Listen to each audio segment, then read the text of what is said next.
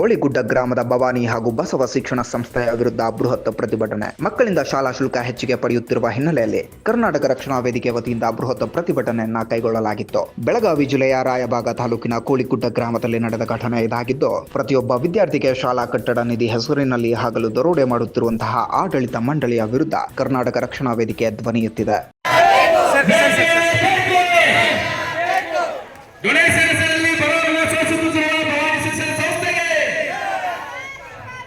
ನಮ್ಮ ಬೇಡಿಕೆ ಏನೇ ಇದ್ರೂ ಈಡೇರಿಸುವಂತ ಒಂದು ಕೆಲಸಕ್ಕೆ ತಾವು ಸ್ಪಂದನೆ ನೀಡಬೇಕು.